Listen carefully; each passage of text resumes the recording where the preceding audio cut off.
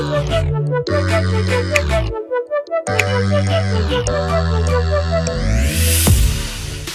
good day guys. So hello to all the sneaker lovers out there.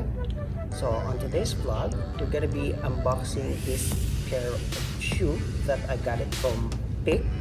So I've seen a lot of videos, reviews regarding this brand. They say it's a good brand, very comfy. And I'm currently here at Sutherland Stadium basketball court, and we're gonna try this brand, which is Pick. So if you can see, I like the box of this. I want to show you some. So the brand called name Pick.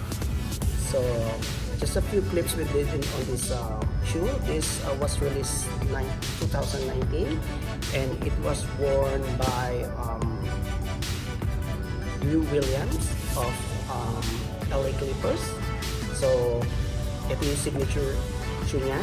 So we're gonna try it today. So how's it feels on court in terms of traction, comfortability, and everything. So let's put it on.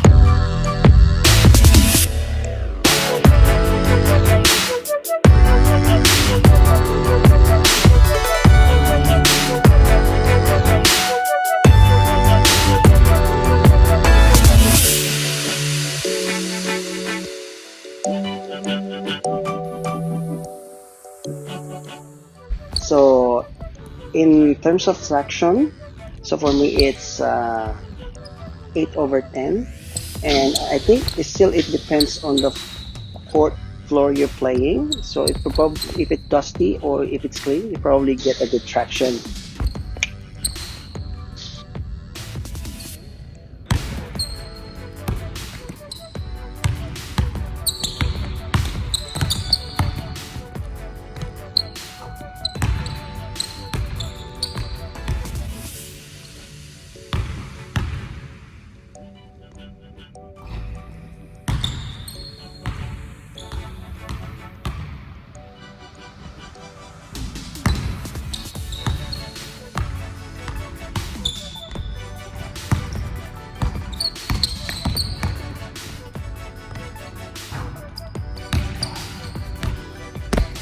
Okay, now, but in terms of cushioning, so for me it's very soft, especially on the heel.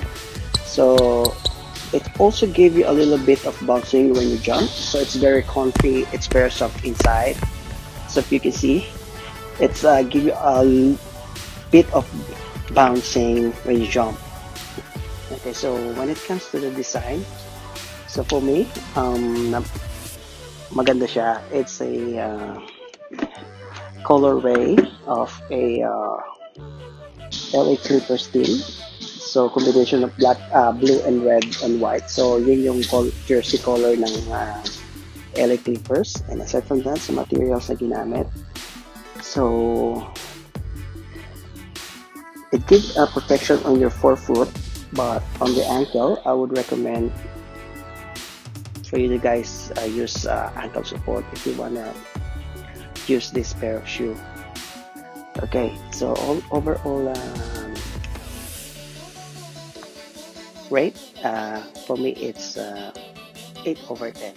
So that's it, guys. So okay, so fitting wise, if you're planning to buy a pair of this shoe, so I would suggest to go through your size. However, if you are a wide footer or you have a wide foot, I would suggest to go half size up. Okay, so that's it, guys. So nakita nyo kung paano natin i-tunay itong Pick brand shoe underground signature shoe of Lou Williams. So imagine for the 120 bucks, so it will give you good comfort and traction on foot. It's very light as well, but I recommend, like, if you want to protect your ankle, so wear ankle support, because wala siya masyadong protection sa ankle natin since it's low top. So that's it guys, sana may nagustuhan nyo itong vlog na to regarding on review of this brand. So see you on my next video, and keep safe everyone. Bye.